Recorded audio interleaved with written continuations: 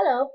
Back on my computer because I realized doing it with my phone is just a lot more difficult and it doesn't really give any better quality.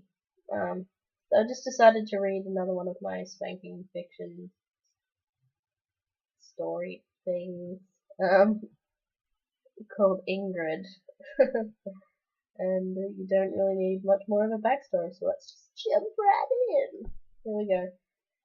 And I apologize for my non-manly voice. I can't do voices very well. I should get a guy to do the guy voices sometime. Okay, here we go. Ingrid.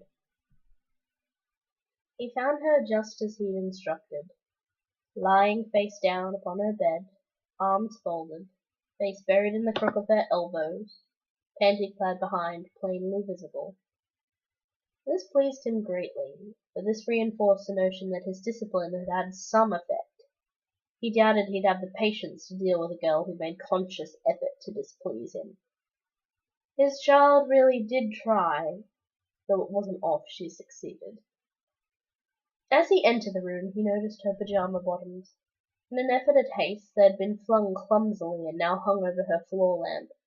This would have been quite comical had the circumstances been somewhat different. Instead, he folded his arms and steeled himself for what was sure to be an unpleasant series of events, to say the very least. He cleared his throat.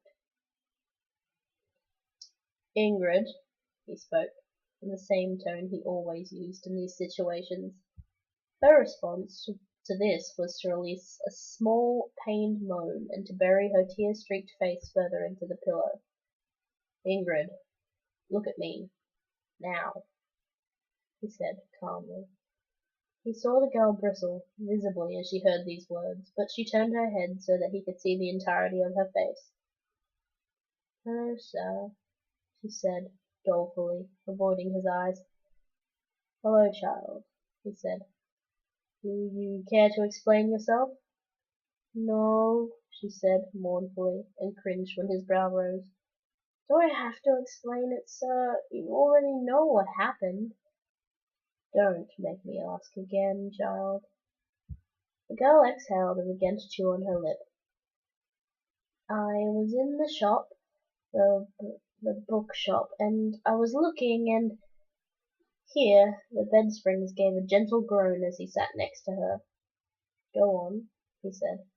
"I saw they had the next in the series, and they never have the next in the series, sir," she said emphatically. He clucked his tongue quietly, sympathetically, and began to thoughtfully caress the tender skin of her backside. He quirked a grin as he heard her gasp. "Poor child, I feel your pain. Continue," he murmured, not unkindly. She smoothed the lock of tear-moistened hair off of her cheek, and did it just as he said. "And I didn't have my purse with me, so—" "I took it," she admitted in a whisper, and this brought fresh tears so suddenly that she automatically buried her face in the linen. "No, child, look at me. What did you do?" The child sobbed and moaned into the pillow, but faced him quickly enough after receiving a sharp slap upon her exposed flesh. "I stole the book." "Yes," he agreed. "You did." He continued to run his large palm over her diminutive rear, giving her the occasional gentle pat to remind her of what was to come. He knew very well this action caused her distress, and he intended to use that to his full advantage. The child would become very repentant come the end of the night. Not that she hadn't made any attempt at absolution already. In fact, she was letting loose with a tirade of sorries and "I'll never do it agains" at that very moment. He held up a hand, and her doe-like eyes widened even further, but she ceased her babbling.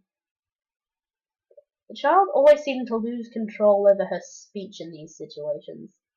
Perhaps she thought that the more time she crammed the word "sorry" into one sentence, the more chance she'd be let off with a stern talking to. He, however, liked to think that he knew his girl very well, and maintained that she'd be utterly heartbroken if denied the discipline she truly deserved. Oh, that wasn't very well conceived. Now, was it? No, sir. But I'm so... Again, he held up his hand, the left still rubbing the kind of mild circles that bring immediate goosebumps. She closed her mouth. I know you regret your actions. You don't need to tell me. Just answer my questions, okay? Yes, sir, he said quietly, and began to chew her lip once again. Good girls don't steal, do they? The pain in her eyes was unmistakable, and he felt a stab at his heart, but still he pressed on, fixing her with that well-practiced stare until she mumbled out the correct, polite response. No, sir.